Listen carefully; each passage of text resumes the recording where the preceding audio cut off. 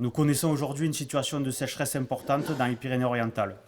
En effet, nous sommes en état d'alerte renforcée sur tout le département, ce qui signifie 50% de prélèvements en moins pour l'irrigation agricole à l'heure actuelle, alors que la saison estivale n'a pas encore débuté. Les stations d'arrosage sous pression sur la vallée du Tech ont pu démarrer au 1er avril, mais ne tiendront certainement pas jusqu'à la fin de la saison, si la pluie ne tombe pas. Sur la vallée de la Tête, malgré les 2 barrages, Vinça et les Bouillouzes, les stations de sous-pression n'ont toujours pas pu ouvrir pour leur saison d'arrosage. Concernant la vallée de la Glie, la rivière est à sec et le barrage commence tout juste à se remplir. Au stade actuel des cultures, le besoin en eau se fait ressentir et ne peut être assouvi.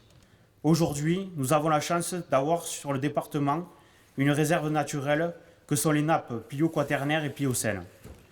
En plus de cette réserve, nous avons un réseau de canaux datant de plusieurs siècles, pour certains, permettant à l'eau de circuler là où les cultures n'avaient pas un accès direct à la rivière principale.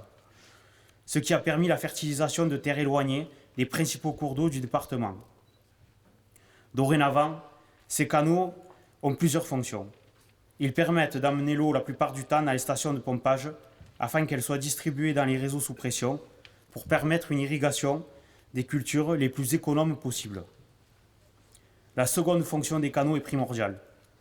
En effet, ils rechargent aussi les nappes quaternaires par infiltration sur les parties où ils ne sont pas bétonnés. Cette fonction de recharge des nappes a longtemps été mise en avant par le monde agricole et commence à être enfin reconnue par les autres instances des gestionnaires de l'eau du département.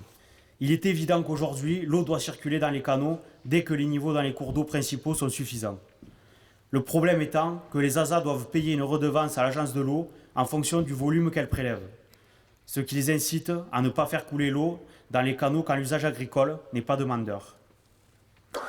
Il serait temps de comprendre et de faire comprendre que cette eau n'est pas bénéfique qu'aux agriculteurs et que si elle circulait davantage, elle permettrait le remplissage des nappes, induisant une disponibilité en eau potable et d'usage domestique. Ces canaux génèrent également une biodiversité, des arbres, des poissons, des insectes, des animaux. Alors pourquoi celle-ci n'est pas prise en compte au même titre que celle du cours d'eau principal? Les vallées de la Tête et de la Glie ont la chance de posséder des barrages. Des règlements les obligent à être vides au mois d'octobre. Ne pourrait-on pas revoir ces modes de fonctionnement dans ces périodes automnales et hivernales afin de garder les barrages au moins à moitié pleins tant que la météo ne prévoit pas de fortes précipitations? Sur le Tech, nous ne possédons pas de barrage, mais il est évident que des retenues collinaires à des endroits stratégiques permettraient de maintenir l'activité agricole de la vallée et soulageraient le cours d'eau.